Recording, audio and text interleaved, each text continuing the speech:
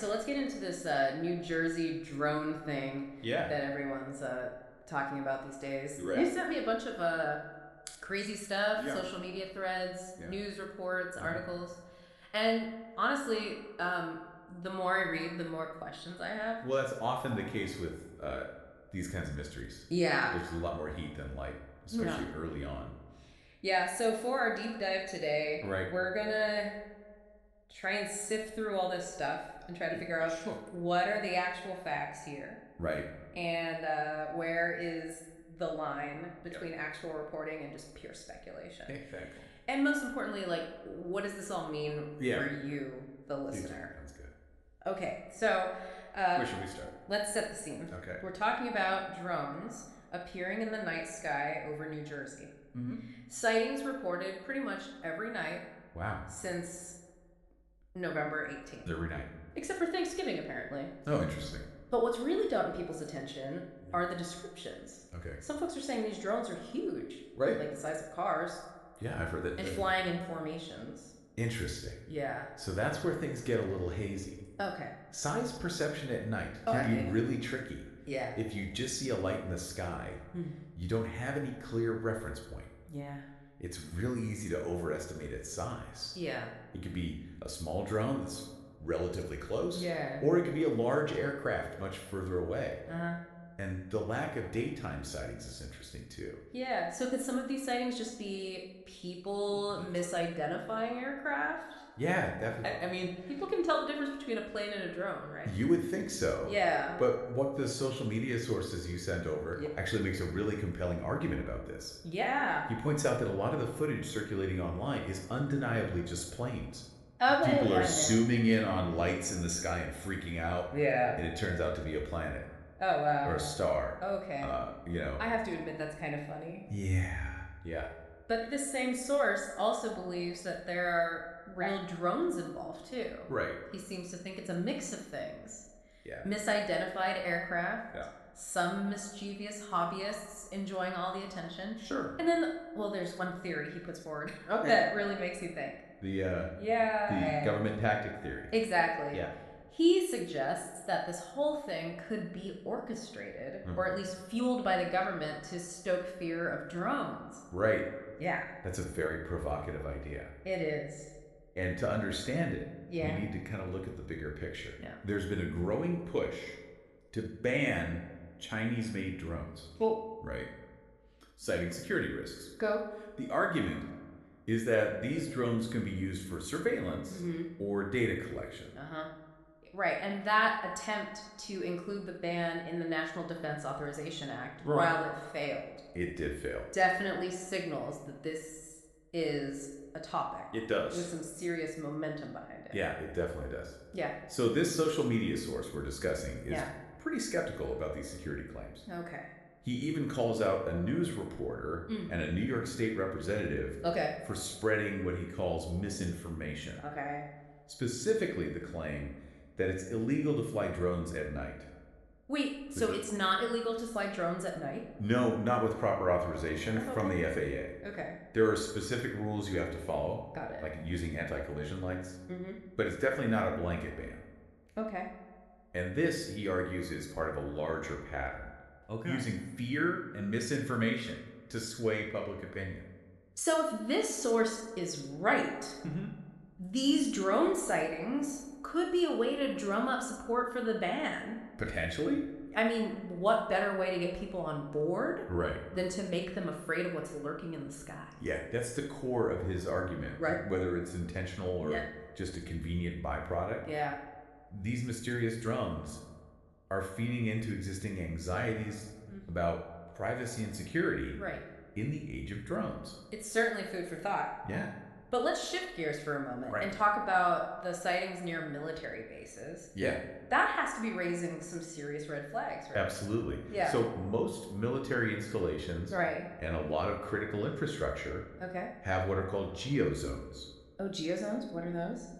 You can think of them like invisible fences for drones. So like those invisible fences people use to keep their dogs in the yard. Yeah, but for drones around sensitive areas. Okay, got it. It's a digital boundary that's programmed into many drones, preventing them from entering restricted airspace. So wouldn't that mean that these drones near military bases must be flown by someone who either modified their drone or intentionally bought one that wasn't geofenced? Yeah, it would seem so. That seems like a pretty deliberate move. It does, doesn't it? Yeah. And that's where things get even more puzzling. Yeah. Are we talking about a few tech-savvy hobbyists pushing the boundaries? Yeah. Or is there something more organized going on? And if it's the latter, who's behind it? Exactly. Or what's their goal? These are some seriously good questions. Yeah. And unfortunately, as you mentioned, we're not getting a lot of clear answers from the folks who should know, the FBI, DHS. They're saying they haven't been able to corroborate these sightings with their own electronic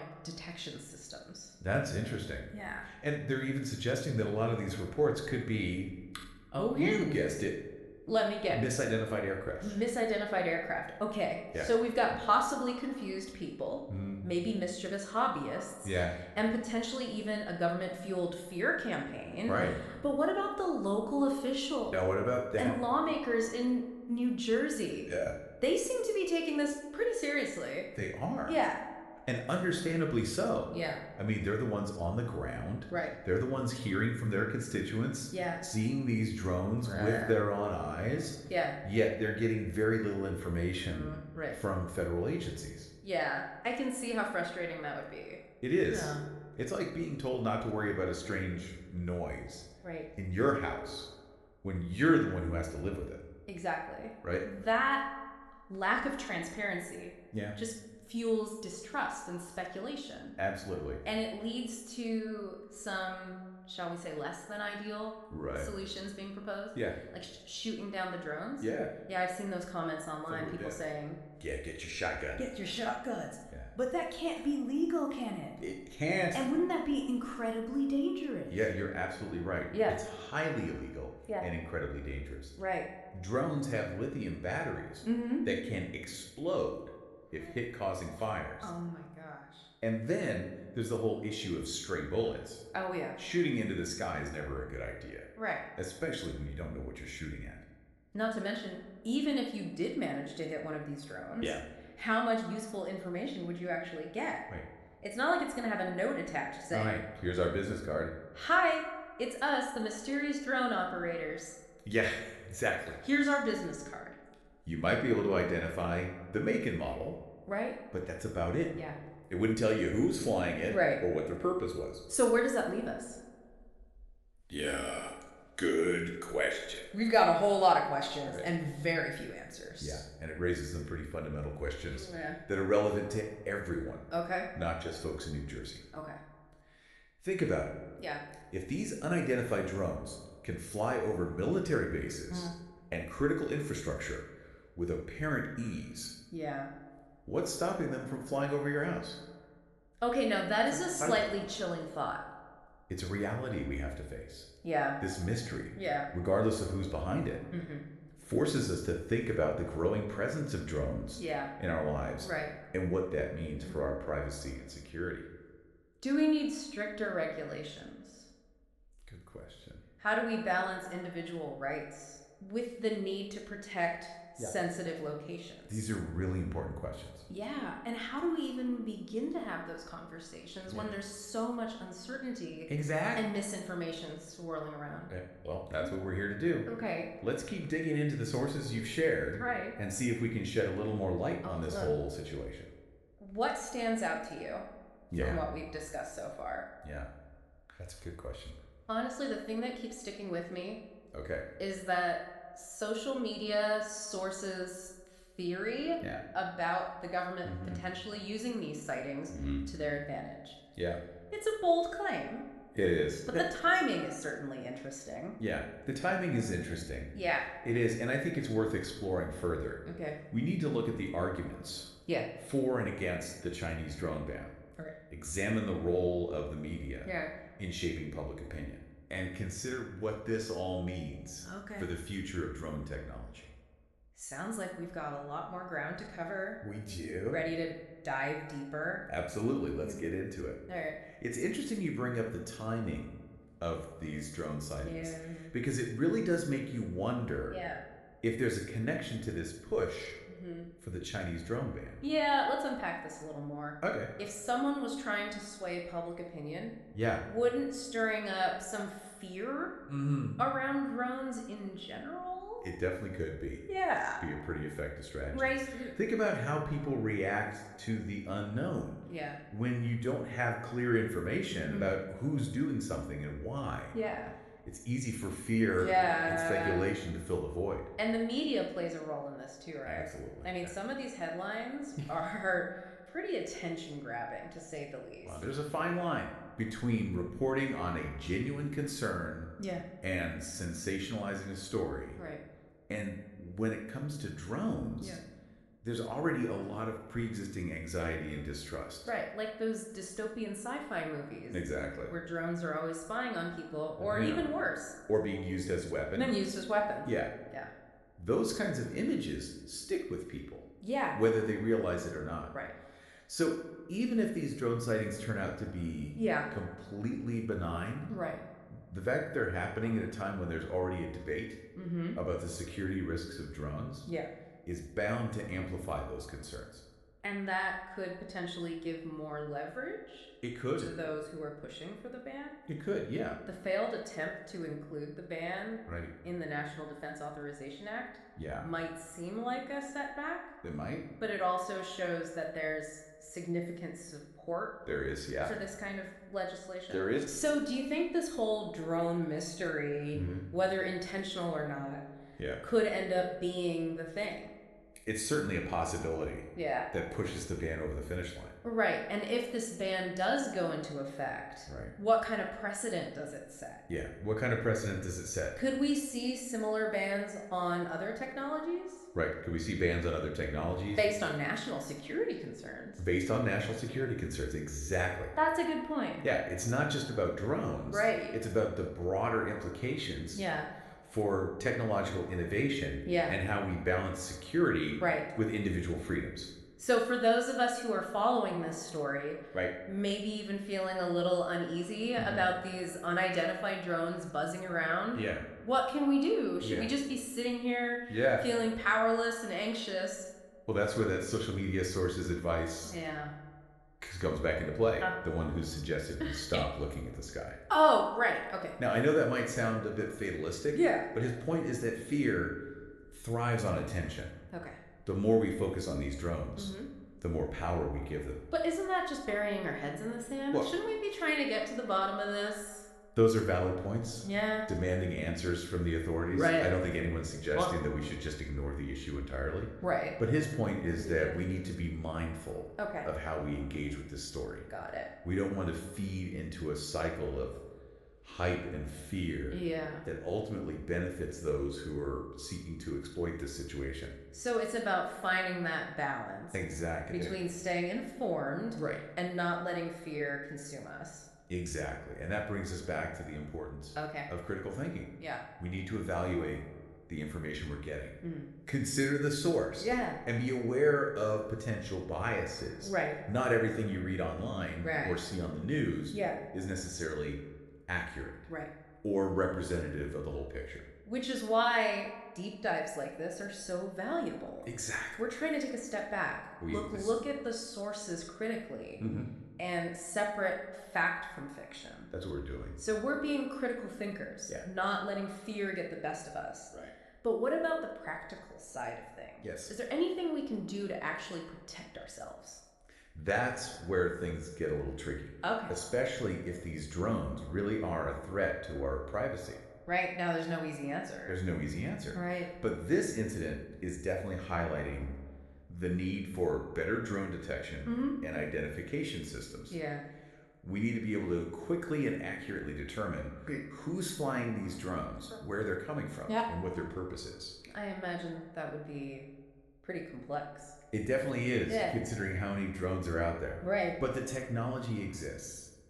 Oh. There are radar systems, optical sensors, even acoustic signatures that can be used to identify and track drones. The problem is these systems are often expensive and not widely deployed.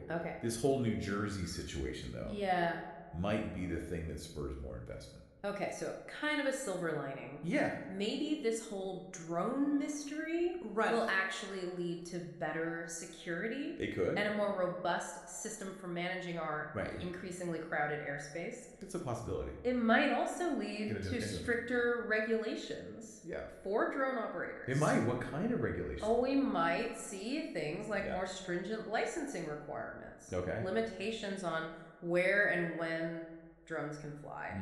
Even mandatory registration of all drones. Okay. Regardless of size or purpose. That wouldn't be very popular with the hobbyist community, would it? Probably not. Yeah. But it's a conversation we need to have. Right. How do we balance the rights of individual drone users with the need to protect public safety and national security? Yeah, those are great questions. And how do we ensure that these regulations are effective without stifling innovation? Yeah. These are complex issues with no easy answers. But at least people are starting to ask these questions, right? They are, and that's important. Yeah. This whole drone mystery seems to have brought the issue of drone security into the spotlight. It has. And that's important. Yeah. We can't just wait for something bad to happen before we start taking these concerns seriously. So what's the takeaway for all of us who are following this story? Yeah, what's the takeaway? What should we be paying attention to in the coming weeks and months? I think the key thing to watch is how the government responds. Okay. Will they provide more transparency about what they know? Right. Will they take steps to improve drone security and address the concerns of local communities? Right. And will they engage in a meaningful dialogue about the future of drone regulation? And what about us? Yeah. The general public. Yeah, what about us? What's our role in all of this? Our role is to stay informed, okay, engage in critical thinking, and make our voices heard. Right. Don't be afraid to contact your elected officials okay, and express your concerns. right, Participate in the public discourse yeah, about drones and technology. right. And most importantly, don't let fear dictate your actions. So maybe instead of just feeling anxious about these mysterious drones, we can use this as an opportunity. Yeah. I learn more about drone technology, its potential benefits and risks, and how we can all play a role in shaping its future. That's a great way to look at it. Yeah. This mystery, even if it's never fully solved, can be a catalyst for positive change. Yeah. It's a chance for us to have those difficult conversations about technology, security, and the kind of future we want to create. And that's a conversation worth having. It is. Even if it takes us into some uncharted territory. Absolutely. Right. The unknown can be scary. Yeah. But it can also be exciting. That's true. It's a reminder that we're living in a world that's constantly changing. Right. And that we have the power to shape that change. I think that's a perfect note to end on for part 2. Okay. We've covered a lot of ground here. Oh, yeah. Exploring the potential motives behind these drone sightings, the challenges of balancing security with freedom, and what this all means for the future of drone technology.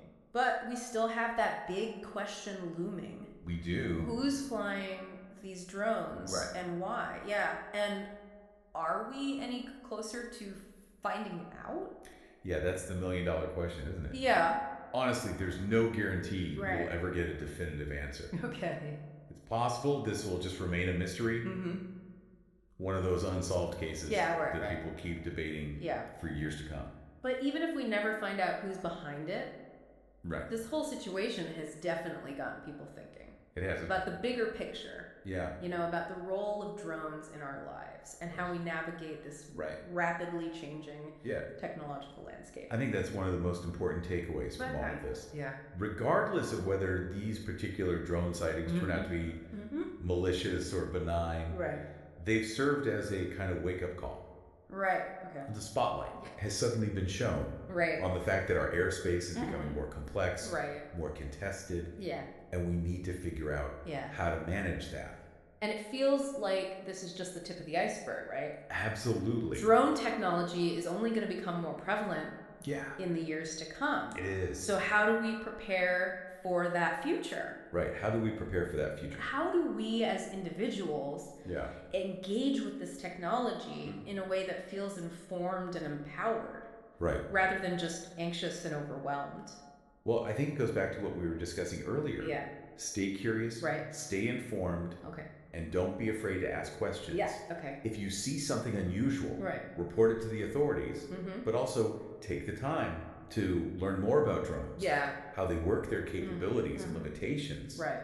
The more we understand about this technology, the better equipped we'll be to navigate its impact on our lives. And maybe even shape that impact, right? Exactly. I mean, some of the people listening to this might be the ones developing the next generation of drone technology, creating systems that are safer, absolutely, more secure, and more beneficial to society. That's a great point. Yeah. This isn't just about reacting to what's happening. Right. It's about being proactive, about envisioning the future we want to create. Yeah. And that includes thinking about the ethical implications of this technology, how we use it responsibly, how we ensure that it serves humanity, not the other way around. So maybe instead of viewing this drone mystery as something to be feared, we can see it as an opportunity to engage in a much needed conversation about technology, its potential and its challenges. Exactly. It's a chance for us to have those tough conversations, to think critically about the kind of world we want to live in and to work together to make that world a reality. And that's a pretty powerful takeaway. It is. From what started as a bunch of spooky lights in the sky. It just goes to show that even the most perplexing mysteries can lead to unexpected insights and opportunities for growth. Well, folks, that's our deep dive into the New Jersey drone mystery. Right. We've explored the facts, the theories, the potential motives, and the broader implications of this strange and still unresolved phenomenon. Right. And as always, we've left you with more questions than answers, but hopefully we've sparked your curiosity and encouraged you to think critically about the world around you. And remember, the sky's the limit when it comes to exploring the mysteries of our world. So keep looking up. Stay curious. And never stop asking questions. And until next time, stay curious, stay informed, and keep exploring.